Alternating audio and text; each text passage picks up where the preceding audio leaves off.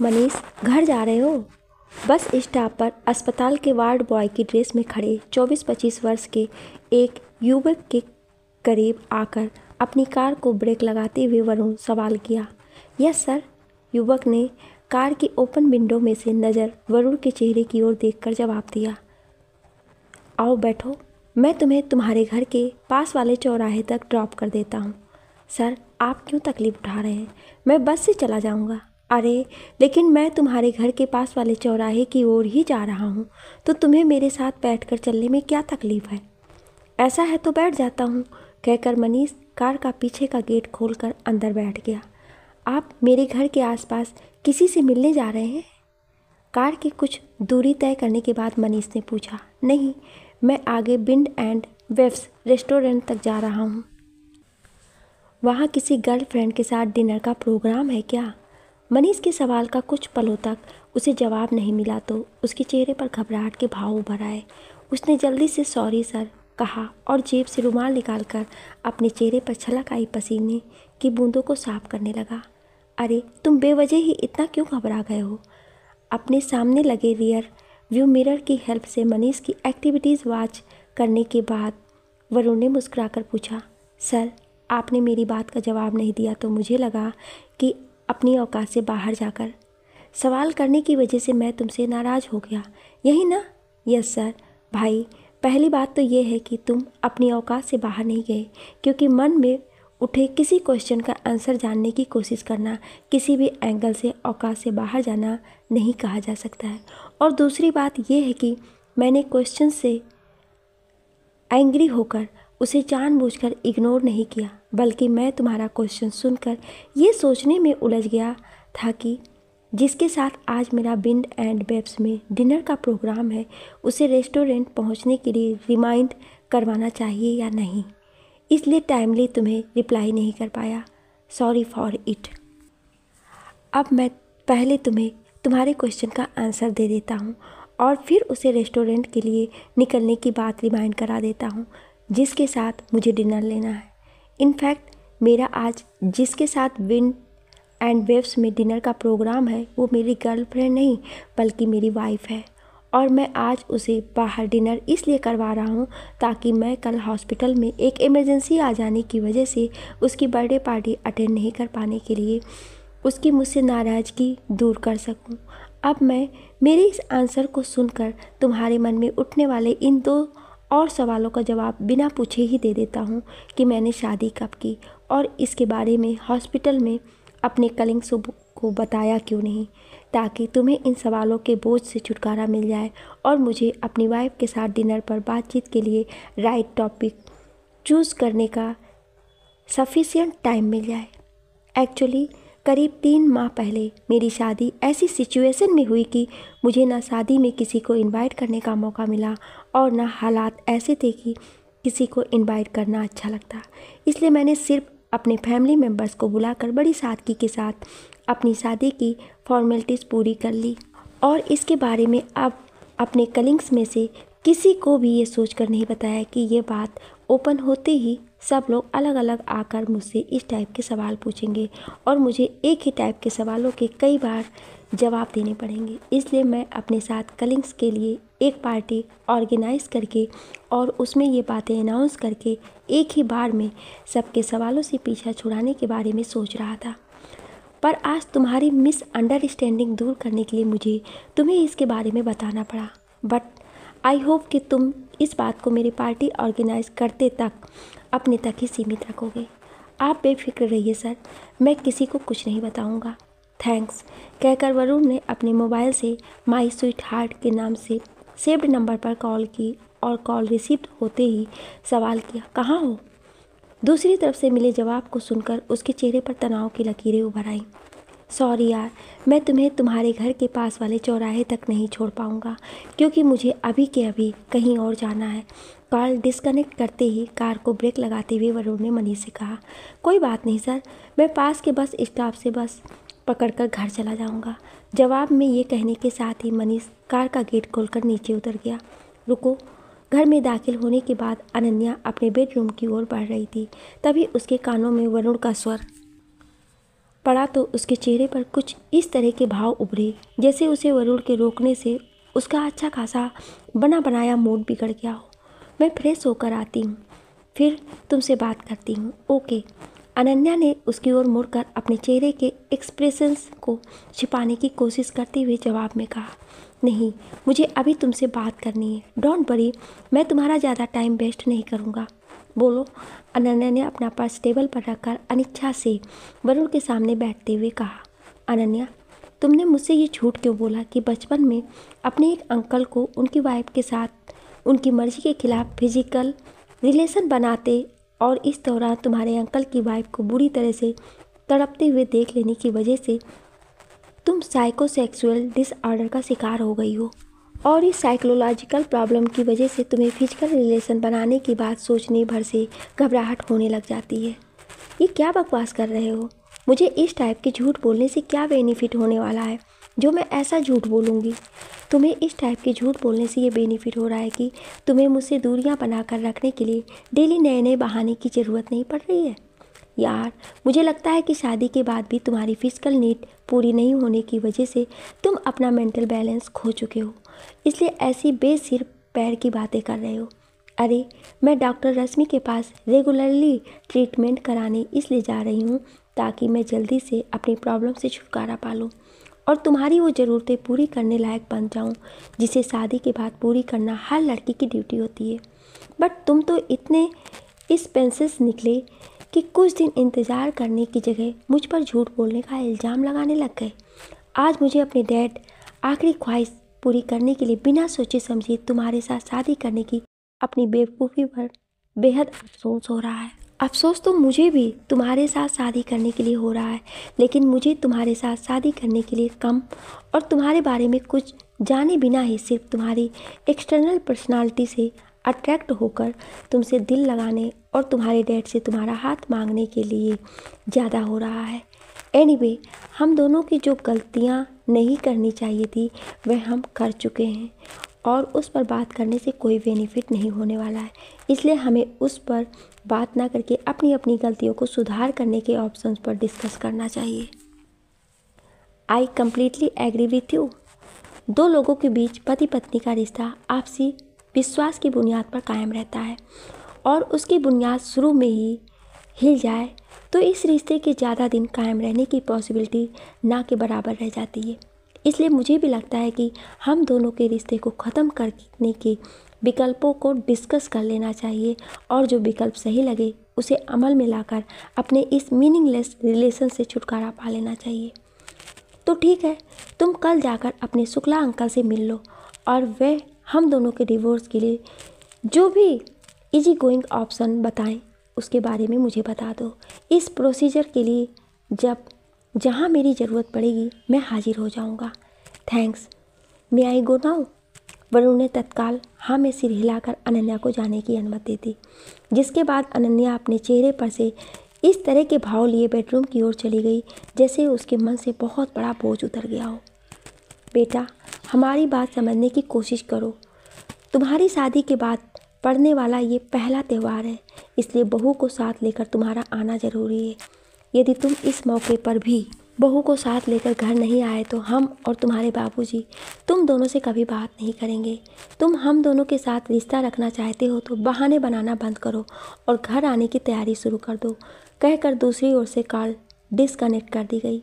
इसके बाद वरुण अपना मोबाइल मेज पर रखकर गंभीर सोच में डूब गया। सर, फिर कल रात को मैडम के साथ बिन एंड बेब्स में डिनर किया या नहीं? कुछ मिनटों के बाद वरुण के केबिन में दाखिल होकर मनीष ने सवाल किया तो उसे सोच के समुद्र से निकलकर दोबारा यथार्थ के धरातल पर आना पड़ा।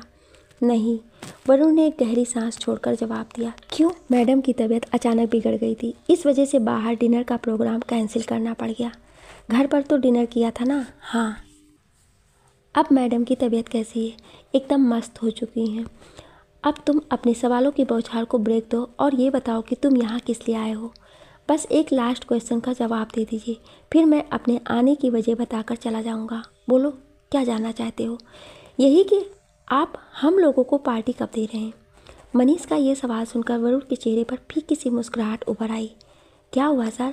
आपको मेरा पार्टी के बारे में पूछना अच्छा नहीं लगा? पल भर वरुण के चेहरे का मुआयना करने के बाद मनीष ने एक और सवाल उसकी ओर ताक दिया। अरे नहीं यार, ऐसी कोई बात नहीं है। मैं तो पार्टी के लिए तुम्हारी बेचैनी देखकर मुस्कुराया। डोंट वरी, तुम्हें बहुत जल्दी पार्टी मिल जाएगी। सिर्फ मुझे? हाँ, बाकी लोगों को क्यों नहीं? फाइनेंशियल प्रॉब्लम आ गई है, इसलिए अब तुम अपने आने का रीज़न बताने के अलावा मुझसे कोई बात नहीं करोगे। ठीक है सर, मैं यहाँ आपको डॉक्टर दीपक का ये मैसेज देने आया हूँ कि वे ज़रूरी काम आ जाने की वजह से घर चले गए हैं, इसलिए आज उनके पेशेंट्स को मुझे देखना है। यही ना? Yes sir. पर क्या आप ये जानते हैं कि वे पिछले 1.5-2 माह से अक्सर 3-4 बजे अपनी बाकी की छुट्टी आप पर थोपकर घर क्यों जाते हैं? हाँ, उनकी 2 माह पहले ही शादी हुई है, इसलिए उनकी बीवी भी उन्हें दिन भर फ़ोन कर करके जल्दी घर आने के लिए फोर्स करती रहती है और वे खुद भी ज़्यादा देर तक अपनी बीवी को छोड़कर नहीं रह पाते हैं। इस वजह से उन्हें ना चाहते हुए भी अक्सर अपनी 2-2.5 घंटे की ड्यूटी की रिस्पॉन्सिबिलिटी मुझे सौंपकर घर भागना पड़ता है। सर, आपकी भी तो। No more question. अब मेरे साथ चुपचाप चलो और मुझे बताओ कि मुझे आज डॉक्टर दीपक के कौन कौन से पेशेंट को देखना है, कहकर वरुण ने अपनी सीट छोड़ दी। डॉक्टर वरुण, मैं आई कम इन? किसी महिला का स्वर वरुण के कानों में पड़ा तो उसने चौंक कर अपने केबिन के खुले गेट की ओर देखा और बोला, अरे रश्मि दी, आपको मेरे केबिन में आने के लिए परमिशन लेने की ज़रूरत नहीं है। Please come in. थैंक्स, कहकर गेट के बाहर खड़ी महिला अंदर आ गई और वरुण के इशारे से बैठने का आग्रह करने पर उसके सामने बैठ गई। कहिए, कैसे आना हुआ? कुछ पलों तक आगंतुक महिला के कुछ कहने का इंतजार करने के बाद भी उसने कुछ नहीं कहा तो वरुण ने ही उससे सवाल कर लिया। इस हॉस्पिटल में तो मैं कल की तरह ही अपनी प्रोफेशनल सर्विस देने आई थी, बट तुम्हारे केबिन में मैं अपने दिमाग में उठने वाले एक क्वेश्चन की वजह से आई हूँ। एक्चुअली कल तुम इस हॉस्पिटल से ड्यूटी ख़त्म करके यहाँ से निकल जाने के बाद दोबारा वापस आए और मुझसे ये पूछा कि अनन्या मेरे क्लिनिक आकर मुझसे साइकोलॉजिकल ट्रीटमेंट ले रही है या नहीं। तभी से मेरे दिमाग में ये क्वेश्चन उठ रहा है कि तुम दोनों की मैरिड लाइफ में कोई मेजर प्रॉब्लम क्रिएट नहीं हुई और मुझे मेरा ये क्वेश्चन तुम्हारे केबिन में खींच लाया। तुम्हें अपनी पर्सनल लाइफ के बारे में मेरा ये क्वेश्चन करना आना बुरा तो नहीं लगा ना? अरे दीदी, आपके इस टाइप के क्वेश्चन पूछने पर मेरे पास आने का, मेरे बुरा मानने का तो क्वेश्चन ही क्रिएट नहीं होता, क्योंकि मैं आपके लिए आपके छोटे भाई की तरह हूँ और इस नाते आपके नॉलेज में ये बात आने के बाद कि मेरी वाइफ किसी सीक्रेट पर्पस से मुझे पिछले 3 माह से लगातार खुद को एक साइकोसेक्सुअल डिसऑर्डर होने और उसका ट्रीटमेंट आपके पास जारी होने की मनगढ़ंत बात रिपीट कर रही है। आपका मुझसे इस टाइप का क्वेश्चन करना गलत नहीं है, but I am so sorry for it कि मैं आपके इस क्वेश्चन का आंसर आपको नहीं दे पाऊँगा। देखो वरुण, तुम अपने इस पर्सनल प्रॉब्लम पर मेरे साथ डिस्कस नहीं करना चाहते हो तो मैं तुम्हारे ऊपर प्रेशर नहीं डालूँगी। मैं तुम्हें ये एडवाइस ज़रूर देना चाहूँगी कि तुम्हारी मैरिड लाइफ में कोई मेजर डिस्प्यूट हो तो मुझे बता दो कि मैं एक साइकियाट्रिस्ट हूँ, इसलिए मुझे लगता है कि तुम मुझसे अपनी और अनन्या की मैरिड लाइफ में पैदा हुई प्रॉब्लम के बारे में डिस्कस करोगे तो हो सकता है कि कोई सॉल्यूशन निकल आए। इस वजह से मैं चाह रही थी कि तुम अपनी मैरिड लाइफ में पैदा हुई प्रॉब्लम के बारे में बता दो। बट ओके दीदी, आप चाह रही हैं कि मैं आपसे अपनी मैरिड लाइफ की प्रॉब्लम के बारे में बता दूं तो मैं ज़रूर बताऊंगा, बट आप ये जो सोच रही हैं कि मेरी मैरिड लाइफ में कोई मेजर प्रॉब्लम क्रिएट हुई है, ये गलत है, क्योंकि मेरी मैरिड लाइफ में कोई प्रॉब्लम क्रिएट नहीं हुई है, बल्कि मेरी अनन्या को देखते ही पसंद करने और उसकी चॉइस जाने बिना उसे अपनी लाइफ पार्टनर बनाने की ख्वाब देखने की वजह से ये प्रॉब्लम क्रिएट हुई है।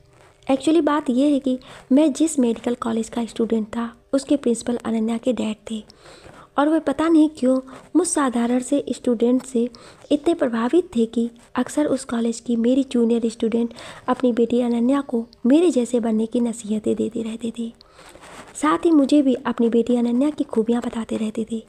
उनके अकॉर्डिंग उनकी बेटी अनन्या बहुत ही असाधारण प्रतिभाशाली लड़की थी, पर उनकी पत्नी के अनन्या को जन्म देते ही असमय मौत हो जाने और उनकी पत्नी की मौत के बाद अनन्या को मातृत्व सुख न मिल पाने और उनके पहले हमारे मेडिकल कॉलेज के पहले प्रोफेसर होने और बाद में प्रिंसिपल बन जाने की वजह से उनके अपनी बेटी अनन्या को उतना समय नहीं दे पाने जितना एक बिना माँ की बेटी को एक पिता को देना चाहिए, की वजह से अनन्या थोड़ी सी एबनॉर्मल हो गई थी। उनसे अनन्या के बारे में ये जानने के बाद मेरे मन में उसे देखे बिना ही उसके लिए हमदर्दी पैदा हो गई और साथ ही उससे मिलने की भी इच्छा पैदा हो गई। लेकिन मैं एक शर्मीला नौजवान होने की वजह से अपनी ये इच्छा ना अनन्या के डैड के सामने और ना अपनी किसी फ्रेंड के सामने जाहिर कर पाया। मगर मेरी किसी के भी सामने अपनी ये इच्छा जाहिर ना करने के बावजूद मैं अचानक एक दिन जान गया कि उस कॉलेज में सैकड़ों स्टूडेंट्स के बीच पढ़ रही अनन्या कौन है। मैंने पहली बार तब अनन्या को देखा जब हमारे कॉलेज के एनुअल फंक्शन में मेरे स्पीच देने के बाद स्पीच देने के लिए अनन्या के नाम का अनाउंसमेंट हुआ और फंक्शन हॉल तालियों की गड़गड़ाहट से गूंज उठा। मैंने उसे उस दिन देखा तो उसे देखता ही रह गया। मुझे वो पहली नज़र में सादगी में लिपटी हुई खूबसूरती की जीती जागती मिसाल लगी और उसकी स्पीच तो इतनी प्यारी और प्रभावशाली थी कि मुझे अपनी दी गई स्पीच उसके सामने बहुत फीकी लगने लगी। उसकी स्पीच कितनी देर में ख़त्म हुई ये तो मैं नहीं जान पाया, पर सारे लिसनर्स की मंत्रमुग्ध होकर सुनी गई उसकी स्पीच और उसकी स्पीच ख़त्म होने के बाद गूंजने वाली तालियों की गड़गड़ाहट से मुझे ये एहसास हो गया था कि उसे स्पीच के लिए फर्स्ट प्राइज़ मिलना तय है। लेकिन जब सारे प्रोग्राम्स ख़त्म होने के बाद प्राइजेस के अनाउंसमेंट होने शुरू हुए तो मुझे ये जानकर बहुत दुख हुआ कि स्पीच के लिए मुझे फर्स्ट और अनन्या को सेकंड प्राइज़ मिला है। वरुण, ये मेरी बेटी अनन्या है। एनुअल फंक्शन ख़त्म होने के बाद प्रिंसिपल अपनी खूबसूरती और बेहतरीन स्पीच से मेरा दिल चुरा लेने वाली लड़की से मेरा परिचय कराया तो मुझे लगा कि ये मेरी ज़िंदगी का ये गोल्डन मोमेंट है। ये वही वरुण है जिसके बारे में मैं अक्सर तुम्हें बताता रहता हूँ। तुम इसके साथ बात करो, मैं 15-20 मिनट में प्रोफेसर के साथ तय एक छोटी सी मीटिंग निपटा कर आता हूँ, फिर हम दोनों साथ ही घर चलेंगे। उसके बारे में मुझे बताने के तत्काल बाद प्रिंसिपल उससे ये कहकर मीटिंग हॉल में चले गए। इसके बाद मैं अपने आसपास को भूलकर अनन्या को आपलक निहारते हुए बातचीत करने की कोशिश करने लगा। आपकी स्पीच बहुत अच्छी थी। मुझे काफ़ी देर तक सोचने के बाद उसके साथ जिस सेंटेंस से बातचीत शुरू करना सही लगा वो मैंने आखिरकार कह ही दिया। 10-15 मिनट से लेकर 1-1.5 घंटे तक बिना किसी तैयारी के किसी सब्जेक्ट पर स्पीच देने में माहिर समझा जाने वाला और अपने से छोटे बड़े किसी भी शख्स के साथ किसी टॉपिक पर बेझिझक घंटों बात करने का अभ्यास मैं कभी अपने किसी जूनियर स्टूडेंट के साथ बात शुरू करने के लिए इतना सोच विचार करूँगा ये मैंने ख्वाब में नहीं सोचा था। पर जब हम किसी को हद से ज़्यादा महत्व देने लग जाते हैं तो ये चीज़ें हमारे साथ हो जाती हैं। थैंक्स, उसने जवाब में कुछ इस तरह से कहा जैसे वो सिर्फ फॉर्मेलिटी पूरी कर रही हो। एक्चुअली मैं ये कहना चाह रहा था कि फ़र्स्ट प्राइज़ आप डिज़र्व करती थी। जानती हूँ, साथ ही ये भी जानती हूँ कि इस कॉलेज के अति आदर्शवादी और सिद्धांतवादी प्रिंसिपल की बेटी होने की वजह से मुझे आज स्पीच के लिए फर्स्ट प्राइज़ नहीं मिला, बट नो प्रॉब्लम, बिकॉज इस वजह से मेरे डैड को ये प्राउड फील करना का चांस मिल गया कि उनका फेवरेट स्टूडेंट इस कॉलेज का बेस्ट स्पीकर है। ओके, मैं अब जा रही हूँ बिकॉज मेरी फ्रेंड्स मुझे कांग्रेचुलेट करने के लिए मेरा वेट कर रही हैं, कहकर वो मुझसे पीछा छुड़ाकर कुछ दूर खड़ी गर्ल्स के एक ग्रुप की ओर चली गई। ये इस पहली मुलाकात के बाद हम दोनों की कुछ इसी तरह की कुछ और मुलाकात हुई। मैं अनन्या की खूबियों के लिए उसकी तारीफ़ करके उसे खुश करने का प्रयास करता था और वो मेरी खासियतों और उपलब्धियों को अपने प्रिंसिपल पिता का फेवरेट स्टूडेंट होने का रिवार्ड बताकर मुझे नज़रअंदाज करती रहती थी। उस एनुअल फंक्शन के करीब 1 साल बाद कॉलेज में अगला एनुअल फंक्शन हुआ और उसमें मैंने ये सोचकर स्पीच नहीं दी कि अनन्या को मेरी वजह से फर्स्ट प्राइज़ से वंचित नहीं होना पड़े, और मेरी ये ख्वाहिश पूरी भी हो गई। लेकिन अनन्या को फर्स्ट प्राइज़ मिला तो उसने मेरे पास आकर अपनी खुशी का इजहार करने की जगह मुझे ये कहकर उदास कर दिया कि उसने इस बार मुझे डिफीट करने के लिए भरपूर तैयारी की थी, पर मेरे पहले ही अपनी हार के डर से मैदान छोड़ देने की वजह से उसका फर्स्ट प्राइज़ हासिल करने का मज़ा किरकिरा हो गया।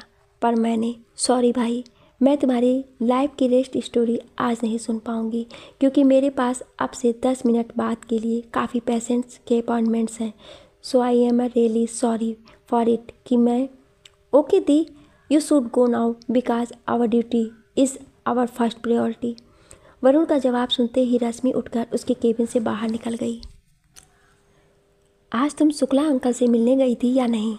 डिनर करने के दौरान वरुण ने डाइनिंग टेबल पर सामने बैठी अनन्या से पूछा। हाँ, अनन्या ने अनमने मन से जवाब दिया। क्या कहा उन्होंने? उन्होंने कहा कि हम दोनों कोर्ट में आपसी कंसेंट से डिवोर्स लेने के लिए 1 साल या उससे ज़्यादा समय तक अलग अलग रहने के बाद ही पिटीशन फाइल कर सकते हैं, और हम में से कोई एक डिवोर्स के लिए पिटीशन फाइल करे तो इस टाइप की पिटीशन भी शादी के 1 साल बाद ही फाइल की जा सकती है। तुम क्या चाहती हो? मैं आपसी कंसेंट से पिटीशन फाइल करने के फेवर में हूँ, बिकॉज इसमें ना एक दूसरे पर कोई एलिगेशन लगाने की ज़रूरत पड़ेगी और ना उसे प्रूव करने की ज़रूरत पड़ेगी। हाँ, बट इसमें भी एक प्रॉब्लम ये है कि इसके लिए हमें 1 साल तक एक दूसरे से अलग रहना पड़ेगा, और रात में तुम्हें अकेले होने पर डर लगता है, इसलिए तुम इतने लंबे समय तक अकेली नहीं रह पाओगी। यू आर राइट, बट मुझे डिवोर्स के बाद भी तो रात में अकेले ना रह पाने की प्रॉब्लम का कोई ना कोई सॉल्यूशन खोजना ही पड़ेगा, इसलिए अभी से ही खोज लेती हूँ। ऐसा है तो मैं 1-2 दिन बाद ही अपना ज़रूरी सामान लेकर गांव चला जाता हूँ। यार, मुझसे अलग रहने के लिए तुम्हें अपना घर छोड़कर कहीं जाने की ज़रूरत नहीं है, क्योंकि मैं अपने रहने के लिए कोई ना कोई इंतज़ाम कर लूँगी। मैं ऑलरेडी एक किराए का एक फ्लैट देख चुकी हूँ। अरे, इसी शहर में तुम्हारे डैड का मकान रहने के बाद तुम किराए का मकान क्यों खोज रही हो? क्योंकि मेरे तुम्हारे साथ डिवोर्स लेते ही मेरे डैड का मकान और दूसरी सारी प्रॉपर्टी मेरे नाम से एक ट्रस्ट के नाम पर चली जाएगी, इसलिए सोच रही हूँ कि ऐसे मकान में शिफ्ट होने की बजाय जिसे मुझे 1-1.5 बाद खाली करना पड़ेगा। अभी से अपने रहने के लिए कोई और इंतज़ाम कर लो। तुम्हारे डैड ने कोई इस टाइप की बिल कर रखी है क्या? हाँ। सो डिसपॉइंटिंग न्यूज़ यार, तुम्हारे डैड को ऐसा नहीं करना चाहिए था, बट मुझे नहीं लगता कि मेरे डैड ने कुछ गलत किया। आई थिंक उनकी सारी प्रॉपर्टी उनकी खुद की कमाई हुई है, इसलिए उन्हें ये डिसाइड करने का फुल राइट था कि उनकी प्रॉपर्टी उनके बाद किसे मिलनी चाहिए। एनीवे, ये बताओ कि तुम अपने मदर फादर को मुझसे अलग रहने का क्या रीज़न बताओगे? मैं ये इसलिए पूछ रही हूँ क्योंकि वे मुझसे भी इसका रीज़न पूछ सकते हैं, और मैंने उन्हें तुमसे डिफरेंट रीज़न बता दिया तो वे समझ जाएंगे कि हम दोनों के बीच कोई मेजर डिस्प्यूट पैदा हो गया है।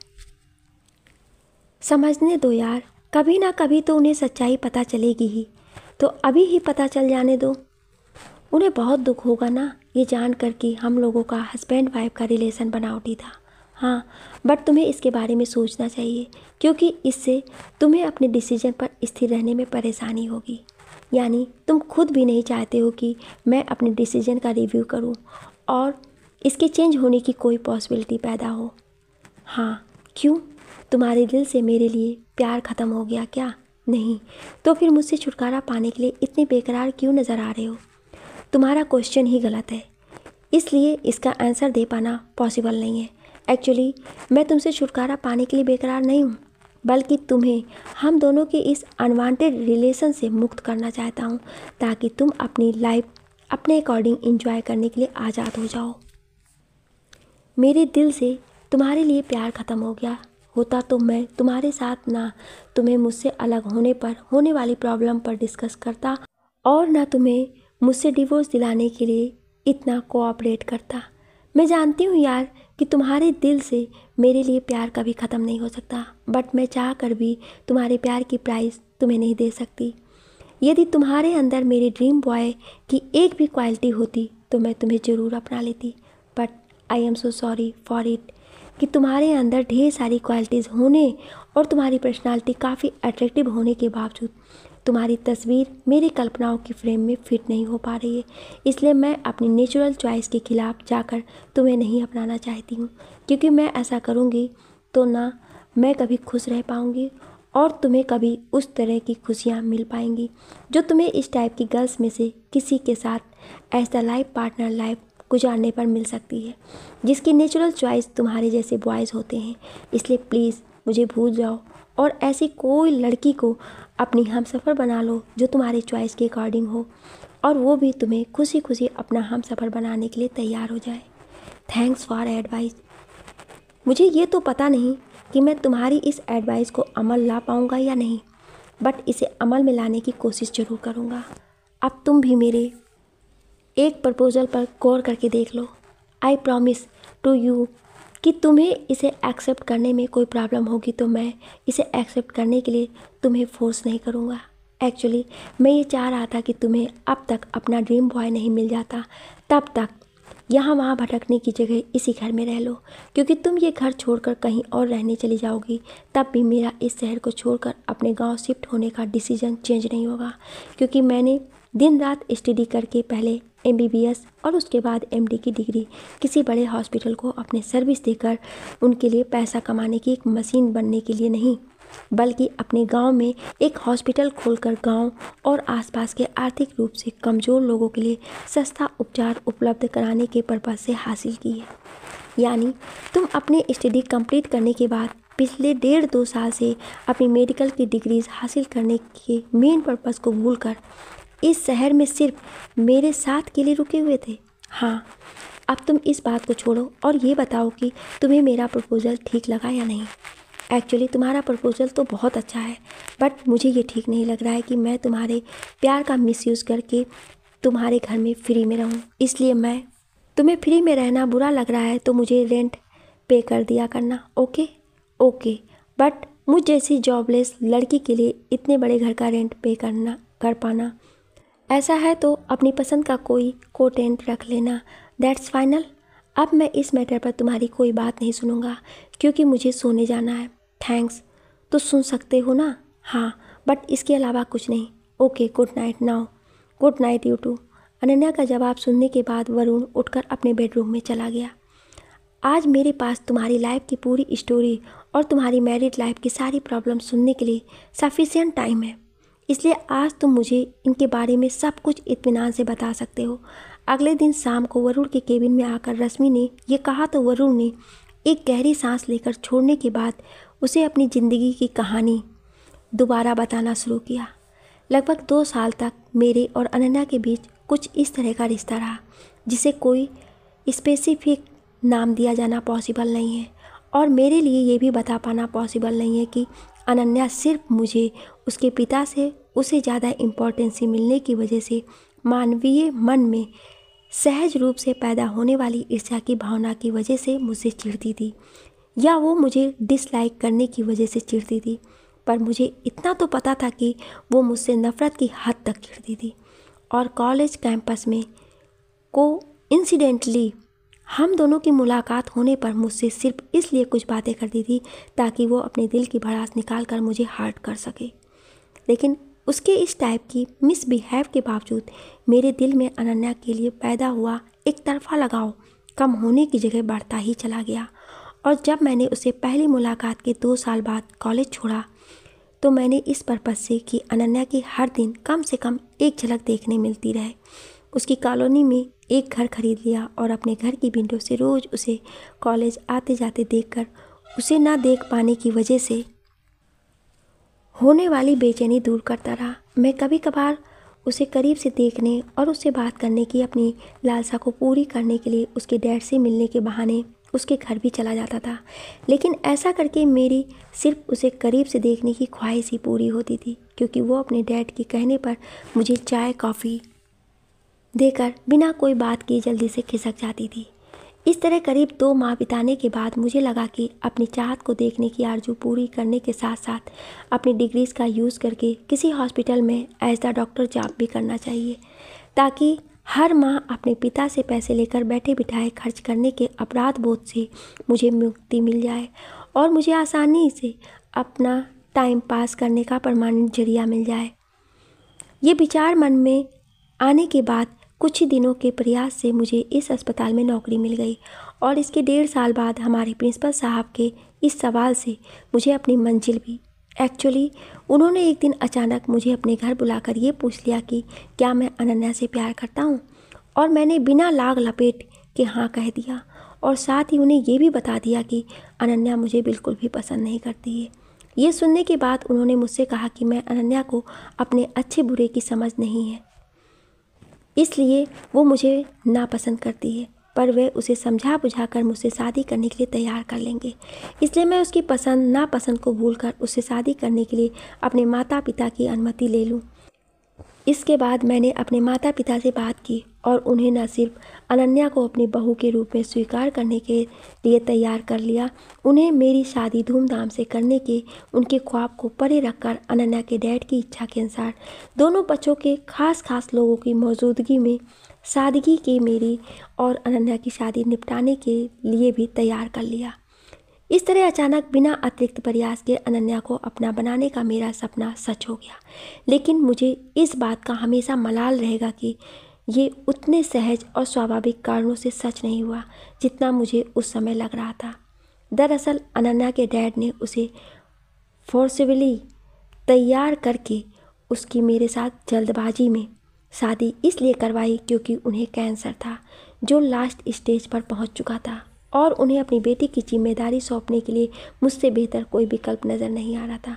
पर उनकी जानलेवा बीमारी और मेरे एकतरफा चाहत का खामियाजा बेचारी अनन्या को चुकाना पड़ा और उसे ना चाहते हुए मुझसे शादी करनी पड़ी।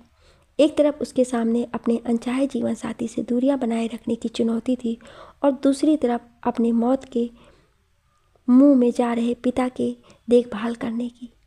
अनन्या ने दोनों ही जिम्मेदारियों का बहुत ही अच्छी तरह से निर्वहन किया। उसने मुझे ये एहसास न दिलाकर कि उसकी मेरे साथ शादी उसकी मर्जी के खिलाफ हुई है, ये कहकर मुझसे दूरियां बनाकर रखी कि उसे साइकोसेक्सुअल डिसफंक्शन की बीमारी है जिससे निजात पाने के लिए उसे थोड़ा वक्त चाहिए, और दूसरी तरफ मुझे अपने पिता की बीमारी के बारे में बताए बिना उनकी सेवा करती रही।